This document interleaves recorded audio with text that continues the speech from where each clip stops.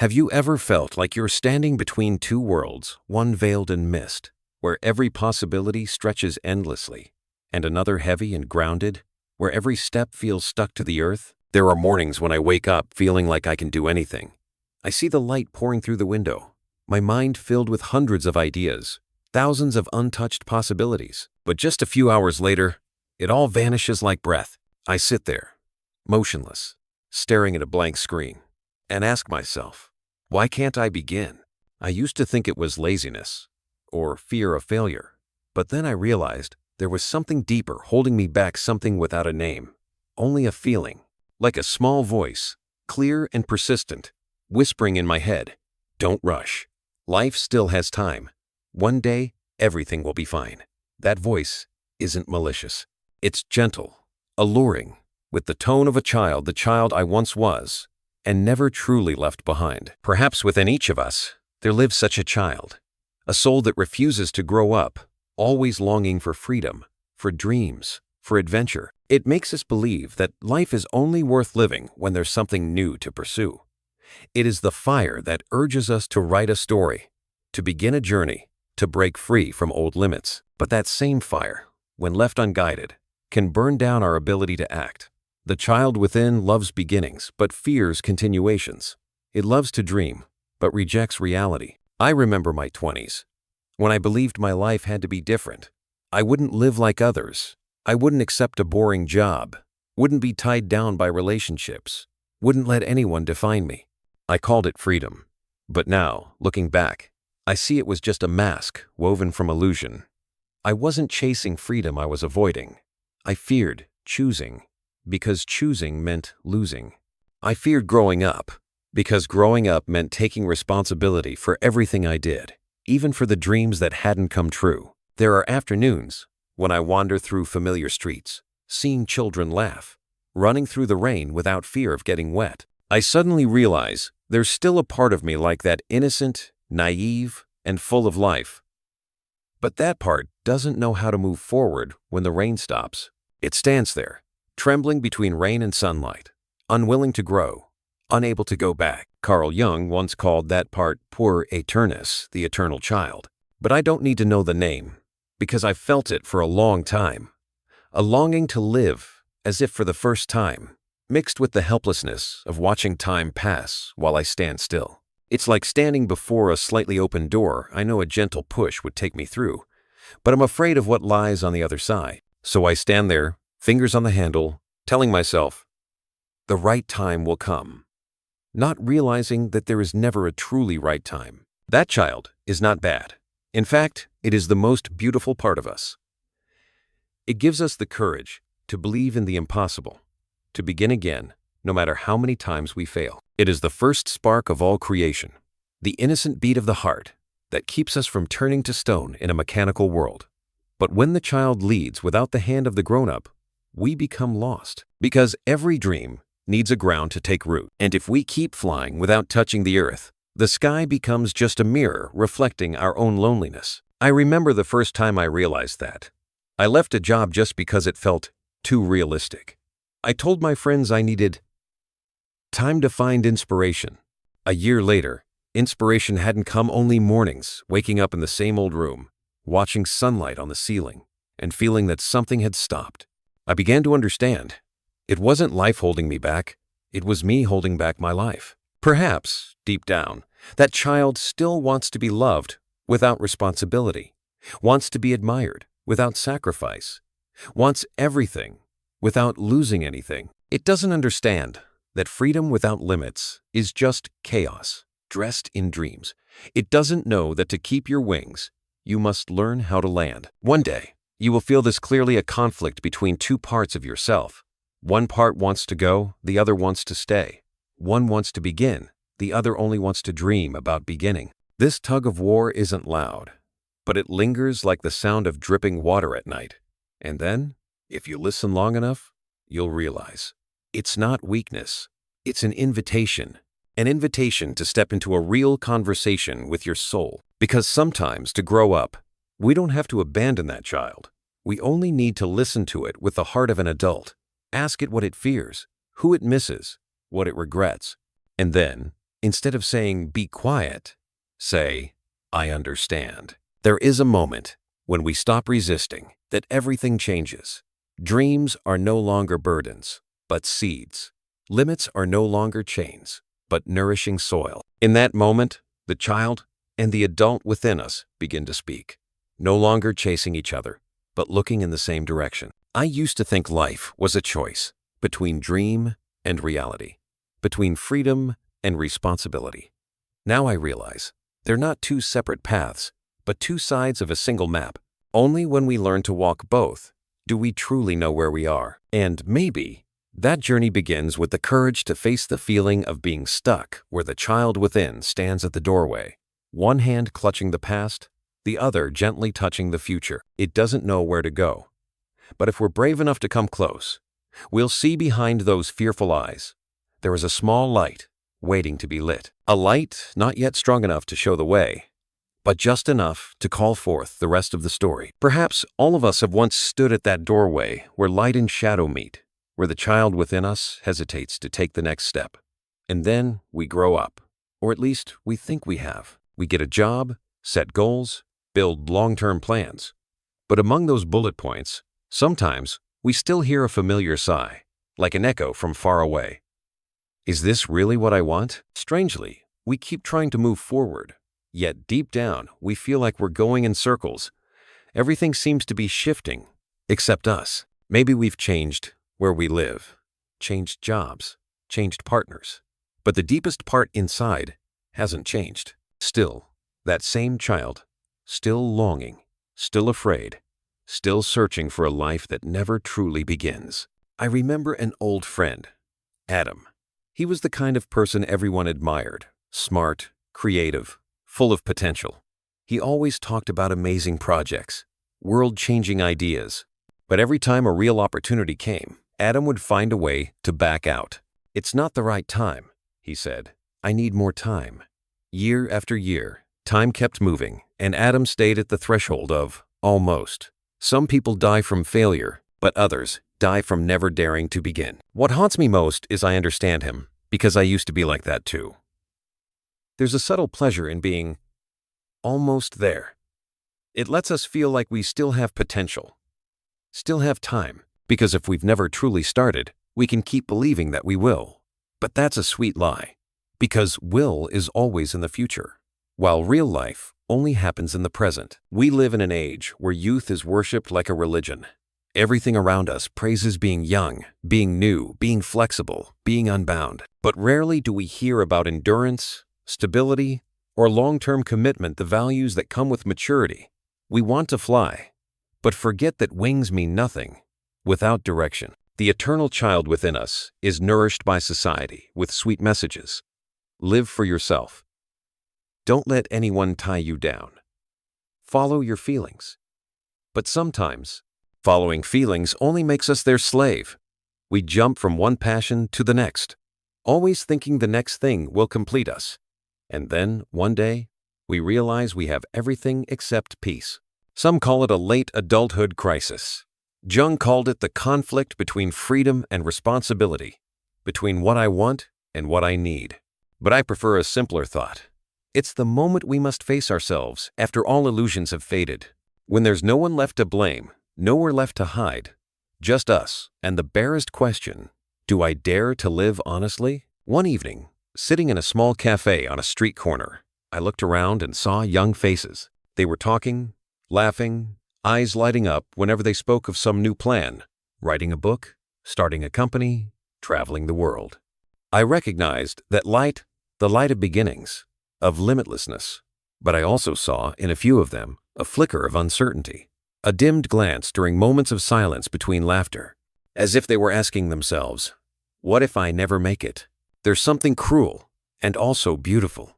Life waits for no one. It keeps moving, whether we're ready or not. Time doesn't pause so we can gather ourselves. It just gently pushes us forward, and with every push, a piece of our youth falls behind. That's why the fear of growing up has become a common disease of our time. Because growing up means looking back at what we've missed and accepting that maybe we'll never be enough to do it all. The child inside me hates that. It wants to believe life is still endless, that we can always start over. But the adult in me knows. Starting is easy. Staying is hard.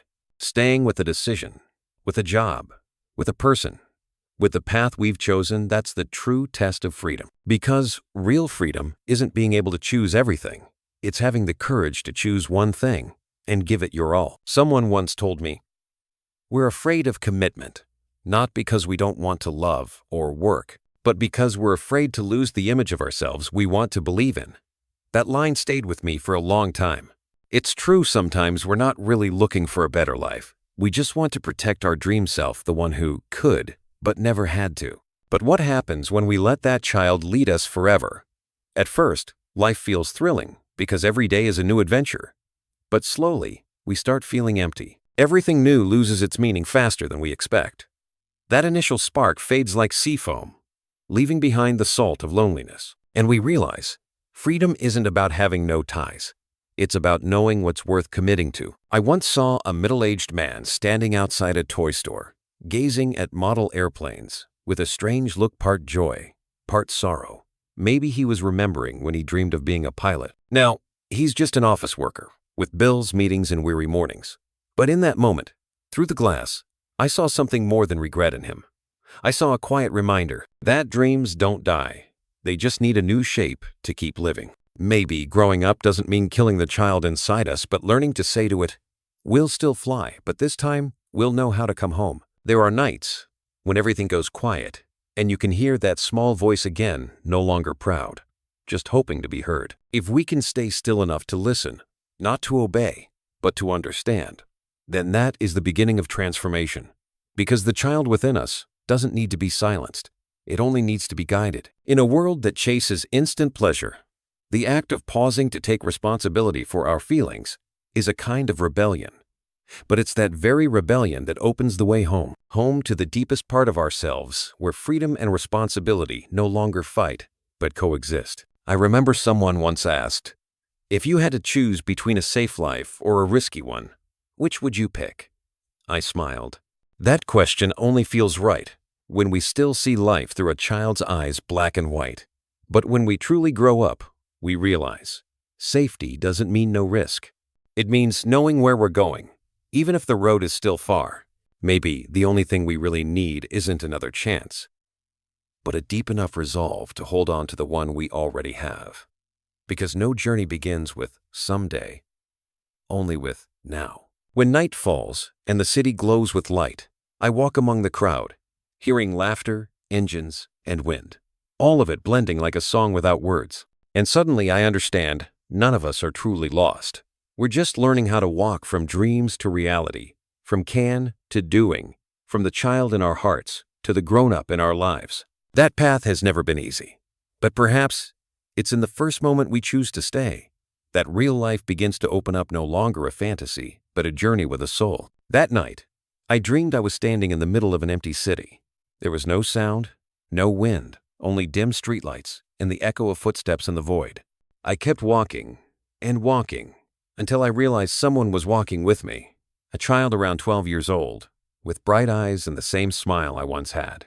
They didn't say anything, just looked at me as if they already knew everything I was trying to hide. And then, just as I was about to ask who they were, they whispered, "Why did you leave me behind?" I woke up suddenly. That question kept ringing in my head like a scratch that wouldn't fade. Maybe that child never left. They only hid in the darkness of the things I tried to forget, unfinished dreams, buried emotions, parts of myself I didn't dare to face. I used to think growing up meant knowing how to stay silent through pain, but in truth, that was just how I pushed the child into the shadowed corners of my soul. Carl Jung called that place the collective unconscious, the deep realm where we store symbols, memories, and the primal emotions of humanity. There, every child still lives, no matter how old we grow. It is the part of us we've never truly faced, the part that longs, that is innocent, vulnerable, and pure. But when left unseen for too long, that part becomes the quiet shadow that starts to shape our lives without us knowing. I started to realize what we call not wanting to grow up isn't just laziness, it's fear. The fear of losing something sacred, our innocence. We're afraid that if we accept adulthood, we'll lose our soul. So we cling to the fantasies of youth like a protective charm. But anything clung to too tightly becomes a chain. And eventually, the dream we tried to protect becomes the prison that keeps us stuck. I once told a friend about that dream. She paused for a moment, then said, "Maybe that child isn't blaming you for leaving. Maybe they just want to be seen again." That line stayed with me. Maybe the child in us doesn't need us to become them again.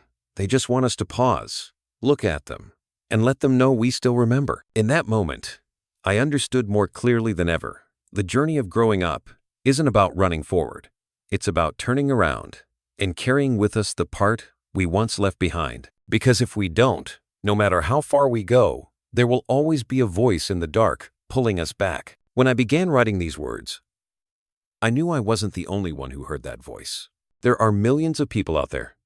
People who work tirelessly but still feel empty. People who chase dream after dream but never find a place that feels like home. We think we're lost alone, but in truth, we're all walking through the same maze, the maze of youth that refuses to grow. Maybe that's why this story reaches you, because somewhere deep down, you hear the voice of your own inner child. If you're listening to this and feel a quiet sadness passing through your heart, don't rush to silence it.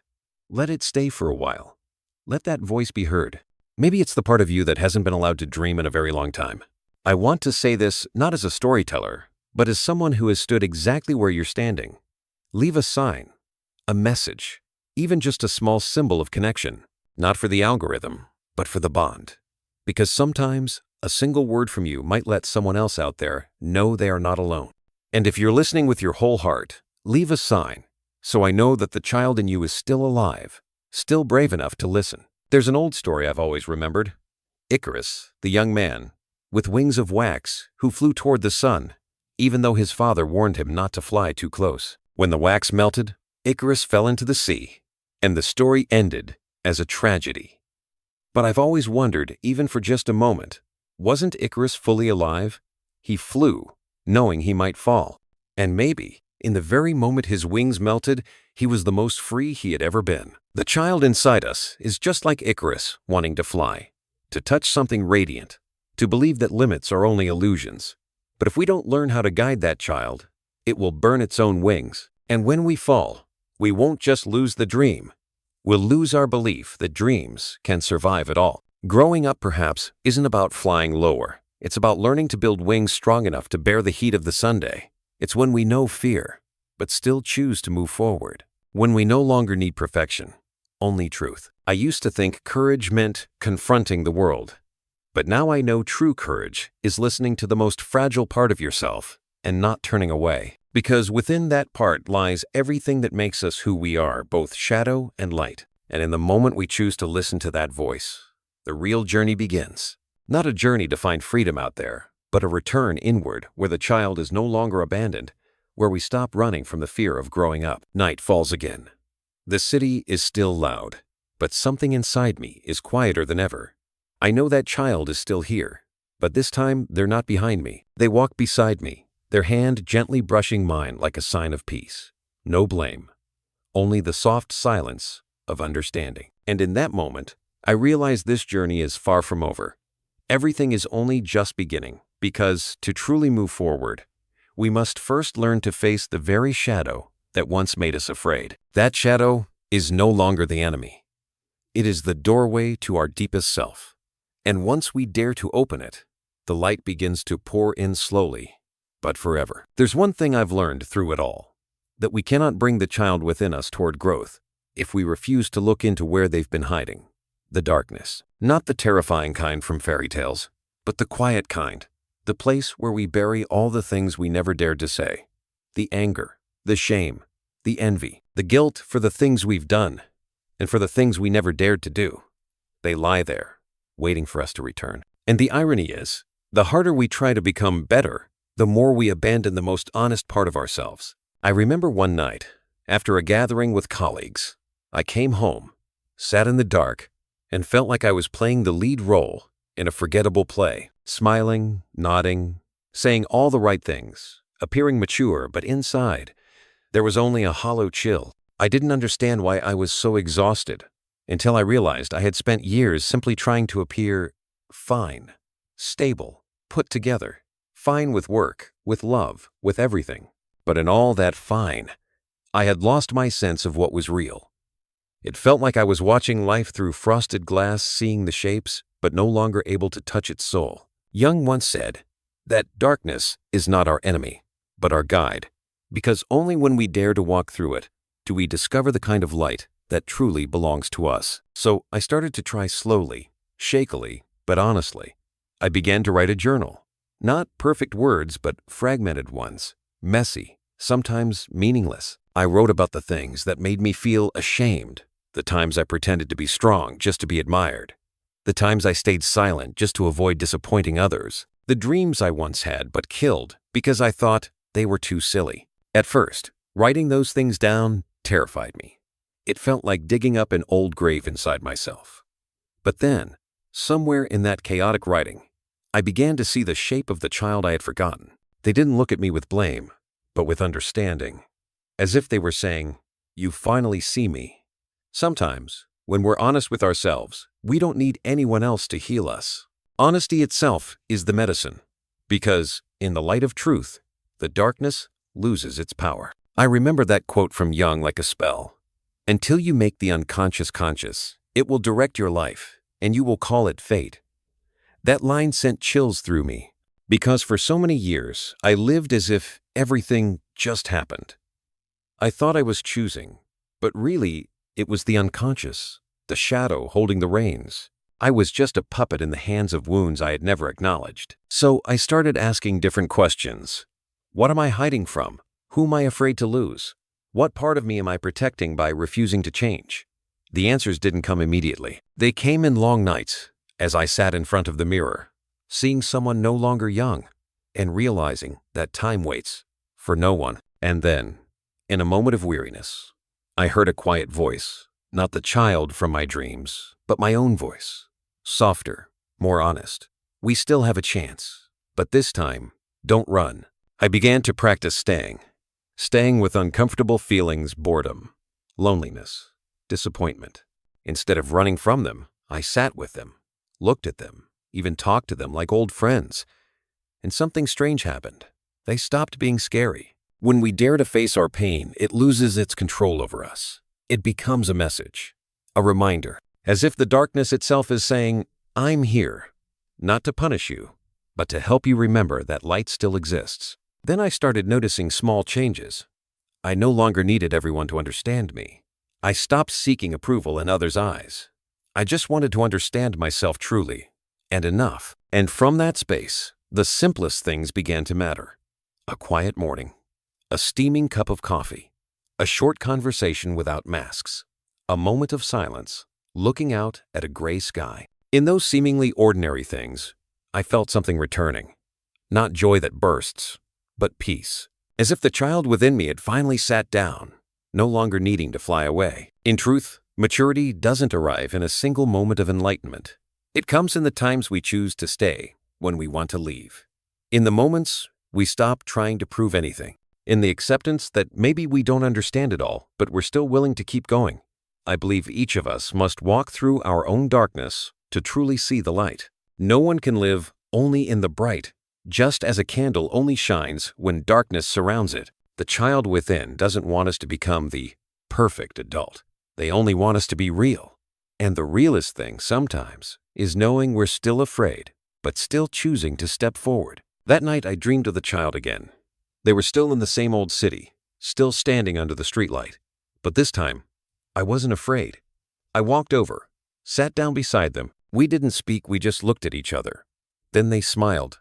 Not sad, not happy, just calm. I reached out, and they took my hand. In that moment, I knew they had forgiven me. Or maybe, I had finally forgiven myself. When I woke up, the sun was rising. Light slipped through the window, shining into the dark corner of the room, revealing the dust floating quietly in the air. I watched it, then gently smiled. Maybe darkness was never the enemy of light. Maybe it's simply where light begins. I used to think that once I faced the darkness, everything would get easier. That once I saw it, named it, every wound would dissolve like morning mist. But I was wrong. Awareness is not the destination. It is only the first doorway.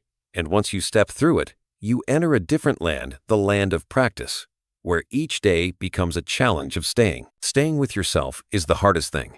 Staying with unwanted feelings, with days that lack any motivation, with the tension between who you want to become and who you still are. There are mornings I wake up exhausted, even though I've done nothing, as if my soul had run hundreds of miles in the night, just trying to avoid itself. When I began this journey, I realized that darkness does not disappear just because we've recognized it. It stays, to teach us how to live alongside it without fear. And to do that, I had to learn something that seems simple, but is deeply difficult: observing without reacting. I remember the first time I tried to sit still, just to watch my mind. Within minutes, a storm of thoughts came rushing in like a downpour: old regrets, unfinished conversations, unsolved worries. They didn't arrive one by one, but all at once, overlapping and shouting for attention. I wanted to get up, grab my phone, do anything to escape the flood. But then I remembered one small thing. Running is also a reaction. So I stayed. I let the noise pass like a river. No judgment, no effort to stop it. And, for a few brief seconds, there was a stillness. Not long, but enough for me to hear something I had never heard before: the sound of my own breath. From that breath, I started to listen to my body, to my mind, even to the parts of me I didn't like. On some days, when anger came, I no longer asked, "Why?" I simply asked, "What do you want to say?" And strangely enough, when it was listened to, that anger no longer exploded. It just faded, soft as a shallow wave. We are taught how to chase dreams, but few teach us how to stay with our feelings. In a world filled with noise, everything pulls us outward to seek, to prove, to possess. Staying inside feels quiet, dull, even frightening. But it's within that stillness that the truth reveals itself. Jung called it shadow work, not exorcism, not elimination, but conversation. Every wound is a voice. Every fear is a story waiting to be told. And when we sit down to listen, something magical happens. The darkness begins to dissolve, not because we defeated it, but because it was finally understood. I started writing again, but this time it felt different. I didn't write to erase my feelings. I wrote to speak with them. On every page I asked, "What are you most afraid of?" And my inner self answered with trembling lines, "I'm afraid of not being loved, afraid of being forgotten, afraid I'm not enough." Those words looked fragile, but held the power of truth. I realized the child in me was never weak, just tired from being ignored for too long. It didn't need me to become someone else. It just needed me to stay. And I understood. That was the first step toward healing. Presence. No running, no fixing, just being there. As I learned to do that, all my relationships began to change. I no longer looked for someone to make me happy. I began to understand that love is not a place to hide from ourselves. It is a mirror, reflecting us more clearly. Every person I met lit up a piece of my own shadow. Some came to teach me joy. Others revealed old wounds.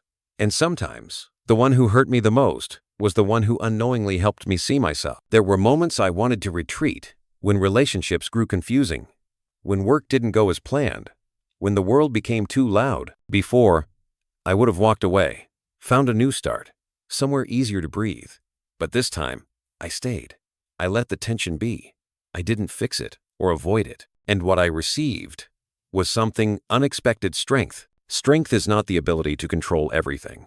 It is the ability to remain, even when things are far from perfect. That's something the eternal child never learned, because it always wanted emotions to be intense, dreams to be dazzling, life to be flawless. But the world doesn't work that way.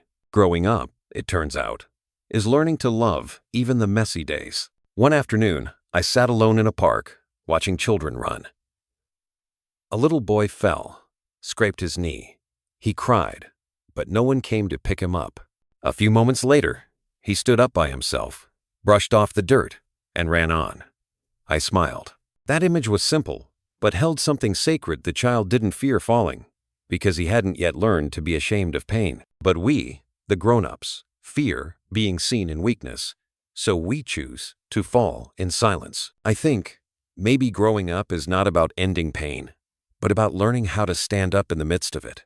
And to do that, we must stay with ourselves a little longer, even if just for one breath, one moment, if we stay sincerely, the child within will feel it. At night, when the city quiets down, I sit by the window again.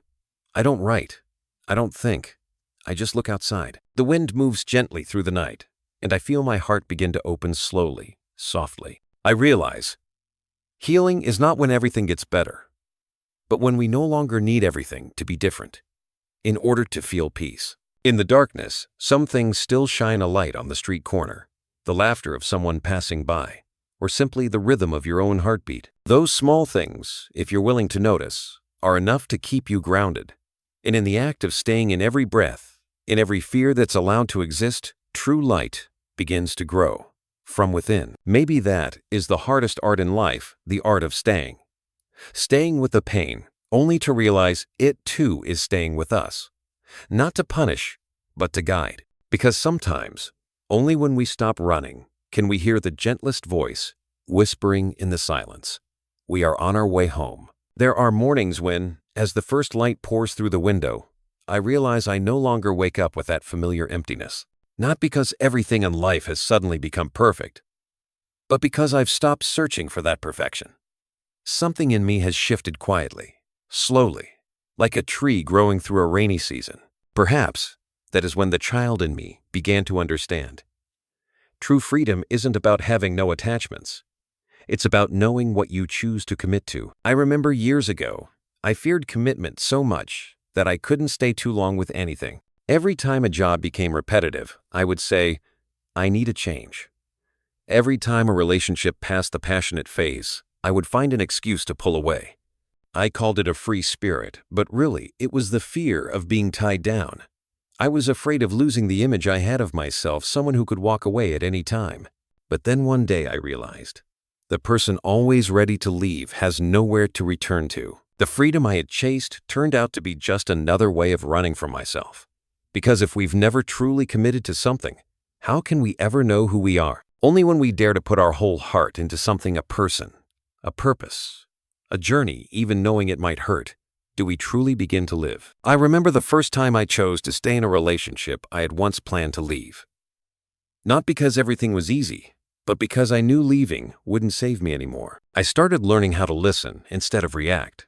I tried to see the other person through the eyes of someone who wanted to understand, not someone trying to win. And, strangely, the moment I stopped needing to be right, I finally began to see the truth. Responsibility, which I once saw as a chain, now became the very shape of freedom. Because only when we dare to take responsibility do we truly have power. Responsibility doesn't imprison us. It gives us ground to stand on. It is the soil where dreams take root, the structure that keeps wings from shattering in the wind. Just like an artist needs the frame of a canvas to create, humans need limits to be free. Without limits, freedom is just a formless space, and nothing truly blooms in emptiness. We grow up with the illusion that freedom means doing whatever we want. But over time, we learn that real freedom is knowing what we want so deeply that we're willing to let go of everything else. I began to look at life with new eyes. The things I once saw as ordinary became sacred. A quiet evening at home after a long day. A deep conversation uninterrupted by phones. A moment of gratitude when someone still chooses to stay. Maybe growing up is simply learning to no longer take the lasting things for granted. I remember reading an old story about the alchemist.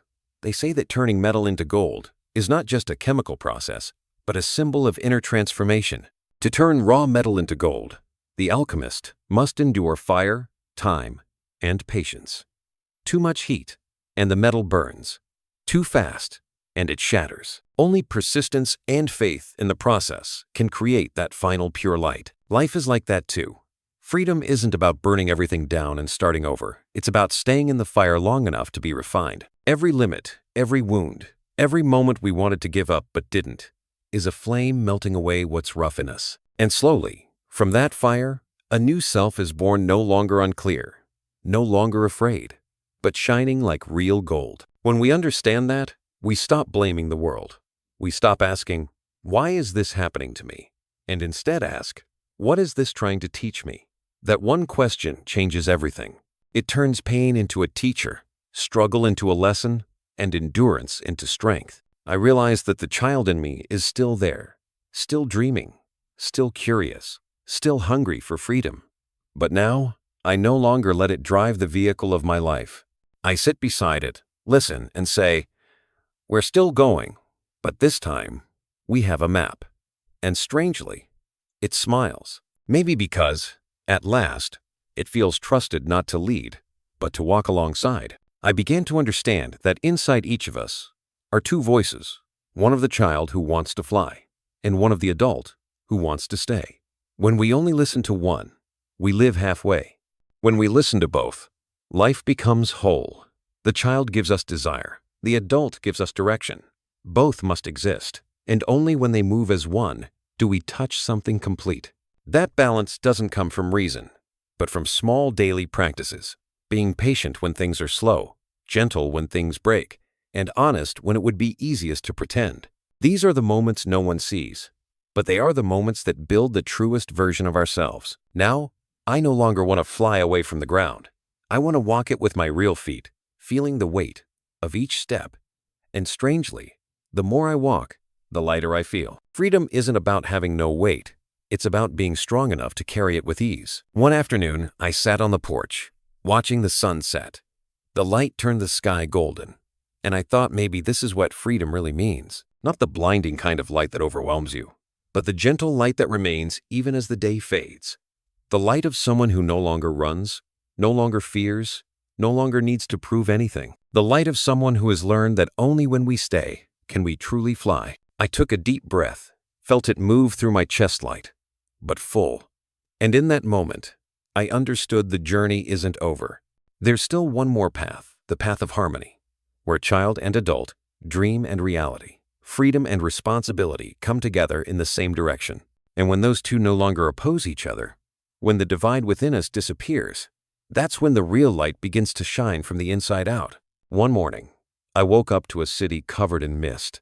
Everything around me was so still I could hear the rhythm of my own heartbeat. I sat up, made a cup of coffee, and in that completely ordinary moment, I realized I wasn't searching anymore. I no longer felt the need to become someone else, to prove something, to complete some grand journey. Maybe this is what true freedom feels like, not the ability to fly, but the ability to stay with yourself without fear. I've walked through so many crossroads, carrying the child who once dreamed, once cried, once ran, once returned. That child is still here, within me, but something is different now. No longer a panic whisper in the dark, but a gentle breath that flows through me each day. I no longer need to name it. It has become a part of me, like light dissolved into morning fog. I used to think this journey was about healing, that if I understood enough, grew enough, became wise enough, I would outgrow my old pain. But the farther I walked, the more I realized healing is not about erasing. It's about accepting that wounds have a place in life. They don't disappear. They simply stop controlling us when we learn to see them with tenderness. One evening, I walked along the riverbank, where the lights reflected on the water like thousands of flickering stars. I remembered all the people who had passed through my life, the ones who made me love, made me angry, made me see myself. Each of them, in their own way, left a mark on me. I used to think some of them had hurt me. But now, looking back, I understand they didn't destroy me. They simply broke the old image I had of myself so I could become something more true. I also came to see that the deepest wounds often didn't come from others, but from my own expectations. I wanted too much, too soon, too perfectly. I wanted to always understand, always be in control, always be on the right path. But life is not a logical equation. It's a flowing river, sometimes clear, sometimes muddy, and sometimes we can only float without knowing where we're going. The truth is, we don't always have to understand. Sometimes, simply living fully in what is happening is enough. I remember someone once asked me, "When did you know you had truly grown up?" I couldn't answer then. But now, if asked again, I would say, it was when I stopped trying to prove I had grown up. Because maturity isn't a trophy, it's a quiet awareness. A truly mature person doesn't need to separate from the child within. They simply know how to listen to it with the calm of someone who understands that everything has its reason for being. When I think of Jung, I understand why he called this process individuation. It's not a journey to become someone new, but a journey home where every part of us learns to live together in peace. Light cannot exist without shadow. Just as the child cannot disappear, it only changes form. It becomes the small flame that keeps us from turning to stone in a world ruled by reason. These days, when I look around, I see many still running not towards something, but away from the emptiness inside. I recognize it because I used to run too. But now, I know, emptiness is not the enemy. It is an invitation. If we can be still long enough to face it, we'll find within it the seed of creativity, of faith, of new beginnings. We just have to be brave enough to stand still long enough for that seed to grow. Something beautiful happens when we learn to be still. We begin to see others more clearly. When we are no longer driven by the need to be loved, we finally learn how to love. When we no longer need others to fill us, we can give without fear of losing. And when we stop trying to save people, we become the place of peace where they might save themselves. Perhaps that is what mature love looks like. No demands, no control, no dependency, just coexistence. I look back on my journey, from the beginning where a lost child wandered, through the darkness of fear, across the days of learning to stay, and finally to this moment where I am simply present. No climax, no dramatic ending, just breath light, steady and real. But maybe that is the most valuable moment of all, the moment we stop trying to become and simply are. A friend once told me, maybe freedom isn't something you find at the end of the road, but something you carry with you every step. I didn't understand then, but now I do. Freedom doesn't come after we achieve something. It exists the moment we accept what is. It's not found at the destination, but in every moment we live with awareness and gratitude. That afternoon, I walked through the park. The sky was clear. The wind was light.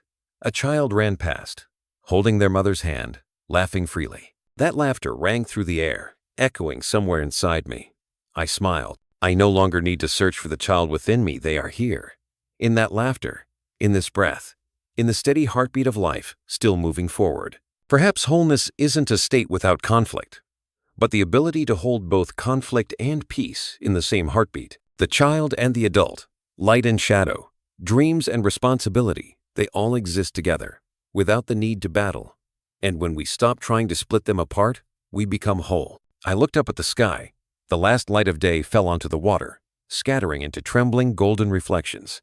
I thought, maybe every human being is like a river reflecting light, yet carrying within them a quiet depth. And only when we accept both can we truly flow. The voice within me is no longer a cry for freedom, but a gentle whisper.